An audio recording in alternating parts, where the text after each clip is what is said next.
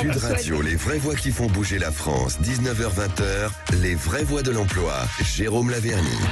Ah, qu'est-ce qu'on rigole avec ces jingles. Merci à Benoît pour ces beaux jingles. Notre excellent réalisateur. Bienvenue dans les vraies voix de l'emploi chaque semaine, chaque mardi avec vous. J'allais dire Julien Courbet, pas du tout. Jérôme, la musique n'est pas flagrante. Mais si, un petit peu quand même.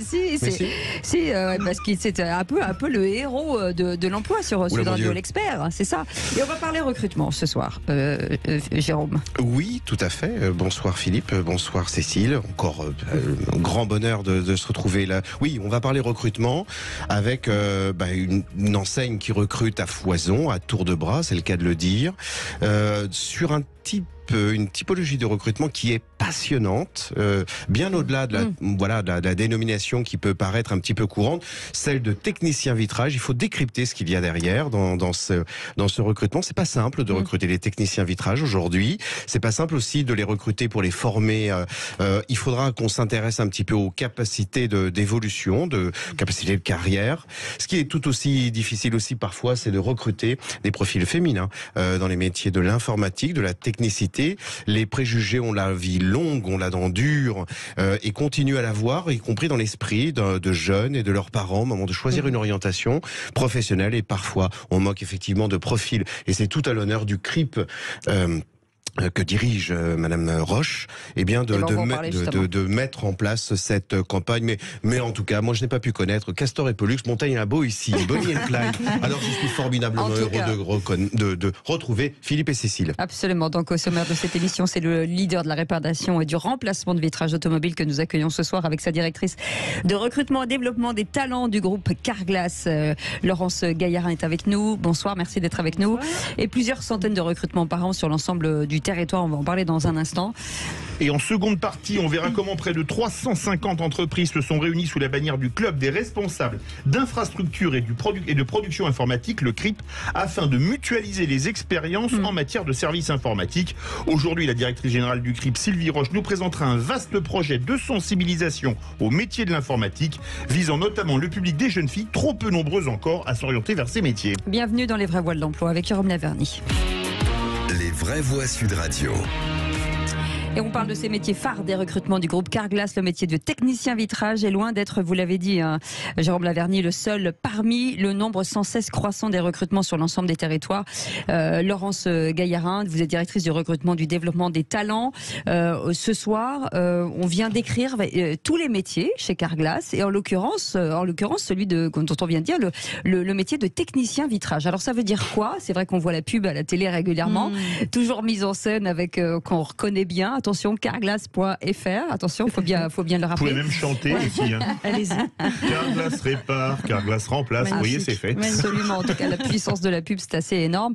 Et ce métier, c'est quoi exactement? Est-ce qu'il faut une formation? Est-ce que comment devient-on technicien de vitrage? Alors effectivement, c'est le métier qui est au cœur de notre activité, qui est le métier le plus représenté dans notre société. On en est très fiers. C'est un métier justement pour lequel il n'existe pas de formation. Puisque si vous vous intéressez à l'automobile, vous allez peut-être vous orienter vers la mécanique, mais ça n'est pas notre métier. Ou alors vous allez vous orienter vers la carrosserie, mais ça n'est pas notre métier. Puisque nous, notre métier, c'est entre les deux. C'est le vitrage, c'est spécifique. Et c'est là où ce métier devient absolument passionnant, parce qu'il illustre ô combien ce qu'on a déjà retrouvé dans des précédentes émissions, c'est-à-dire la défaillance de l'orientation professionnelle. Puisque moi, je me sers souvent de ce métier de façon un petit peu caricaturale. On fait présider l'orientation professionnelle au sondage auprès de parents et d'enfants, de jeunes, d'un vœu professionnel. Sauf que pour vouloir quelque chose, il faut pouvoir le connaître. Et puis immanquablement, en tout cas ça n'existe pas, désolé de vous le dire, mais comment imaginer un seul instant qu'un jeune vienne nous rencontrer en nous disant, écoutez, voilà, moi je nourris une passion pour les pare-brises depuis mon enfance, j'en casse et je les répare de temps en temps, mes parents m'en offraient à Noël, donc je vais être technicien vitrage. C'est dire combien la communication métier que vous avez mise en place au sein du groupe, par l'entremise notamment de collaborateurs, et vous avez été à l'instigation de ce genre de communication est précieuse parce qu'il n'y a pas d'orientation professionnelle en France où elle est mauvaise, et on le reverra aussi un petit peu avec les profils féminins sur les métiers techniques. Mais je reviens à ce que vous disiez tout à l'heure, Laurence Gaillarin. Ce qui est intéressant, c'est de dire qu'il n'y a pas de formation pour ça. Et pourtant, et c'est vrai que c'est un métier vers lequel on ne va pas. Et pourtant, comment vous faites en interne? Donc ça veut dire que nous, n'importe qui aujourd'hui peut rentrer chez vous en disant voilà, j'ai envie de faire ce métier, aidez-moi ou trouvez-moi une filière. Alors pourquoi pas, et le fait qu'il n'y ait pas de formation dédiée, finalement, c'est une opportunité. Parce que pour nous, c'est l'occasion d'aller chercher des profils complètement différents et qui apportent une certaine diversité et donc une richesse dans l'entreprise.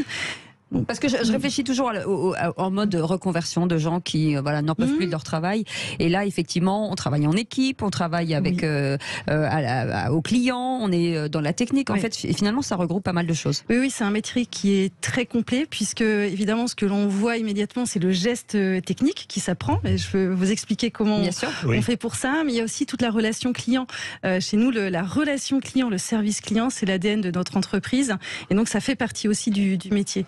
Et donc, on peut venir d'horizons très différents. Alors, comment on se forme? Alors, allons-y.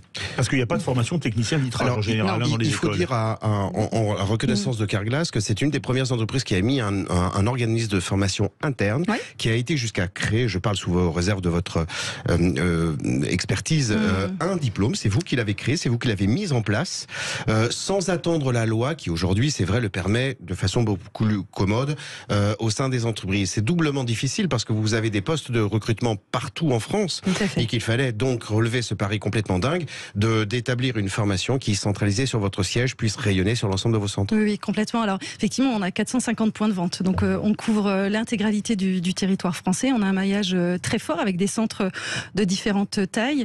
Et alors, dans notre recrutement, ce que l'on va chercher, ce sont des personnalités, des habiletés. Donc, l'habileté manuelle, elle est indispensable. Mais pour ça, on peut venir d'horizons très différents et on peut avoir au préalable, ne pas avoir exercer un métier manuel, mais avoir cette habileté, cette envie.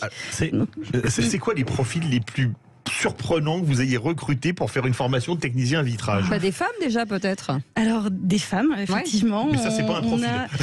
Effectivement, on a de plus en plus de femmes, pas assez, parce que c'est vrai que c'est un sujet qu'on va peut-être partager tout à l'heure, mais les femmes se projettent pas forcément dans les métiers de l'automobile, mais en tout cas on a à cœur de les mettre en avant. On a des techniciens et je les salue. Mais effectivement en termes de profil, on a des personnes, moi j'ai le souvenir de personnes qui viennent de la restauration, de la comptabilité, vraiment de métiers très très variés ou qui n'ont pas d'expérience, des personnes qui débutent aussi complètement leur vie professionnelle. Alors ce qui est intéressant, pardon, je reviens sur quelque chose de concret, c'est-à-dire qu'on rentre chez vous, on fait une formation, d'abord combien de temps elle dure et après quels sont les salaires qu'on peut obtenir?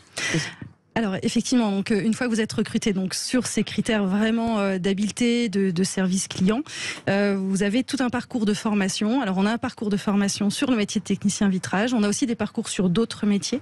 Mais si on revient au métier phare sur le technicien vitrage, on a créé effectivement avec la branche des services à l'automobile un diplôme. Alors c'est un certificat de qualification professionnelle qui se fait sur un horizon de 6 mois environ, mais qui est une alternance. Donc on a des parties en formation et des parties dans le centre où on exécute son travail, donc de manière progressive, de façon à se présenter devant un jury au bout de 6 mois. Voilà. Et ensuite, l'échelle de salaire, c'est quoi? On peut espérer quoi? Alors, l'échelle de salaire, ça va être différent selon les régions de France. Donc, on a des grilles aussi. Alors l'expérience, pas forcément, parce que généralement on recrute des personnes qui vont débuter dans le métier, donc le niveau d'expérience est plutôt à 0 en général dans le métier, sauf quelques rares exceptions. Donc ensuite on a des grilles de salaire qui vont donc être différentes selon les régions. Sur l'Île-de-France, on est aux alentours de 1 800 € brut au démarrage, et ensuite on a un système d'évolution, des passages d'échelons qui se font de manière très très objective et qui permettent assez rapidement de voir son salaire augmenter. peut aller de centre en centre. Est-ce que finalement c'est ça qui est intéressant aussi? Alors à la fois au quotidien, puisque si on a un besoin dans un centre à un moment donné, je vais vous citer l'expérience de la grêle par exemple, mais même au quotidien, on a un besoin dans un centre, les collaborateurs peuvent aller d'un centre à l'autre. Et puis on a évidemment une dynamique de mobilité interne, dans la mesure où on a cette chance d'avoir un maillage national. Une personne qui voudrait retourner dans sa région d'origine ou changer de région peut postuler, et on a un accompagnement à cette mobilité géographique. Et ça fonctionne bien. Eh ben vous restez avec nous, on revient dans quelques instants. Oui, je sais, ça va vite. Oh là là, ça va vite. Ça, c'est la radio. Hein. Vous savez, Jérôme Laverny, la radio, vous savez, avec les pubs, avec le temps. On ne peut pas parler, on ne se parle plus. Non, on se parle plus. Appelez-moi, vous savez, vous m'appellerez après l'émission, on se parlera. Restez avec nous, on revient dans un instant. Sylvie Roche est avec nous, directrice générale du CRIP, qui regroupe environ 350 entreprises par leur service informatique et qui lance un vaste projet. On va en parler ensemble.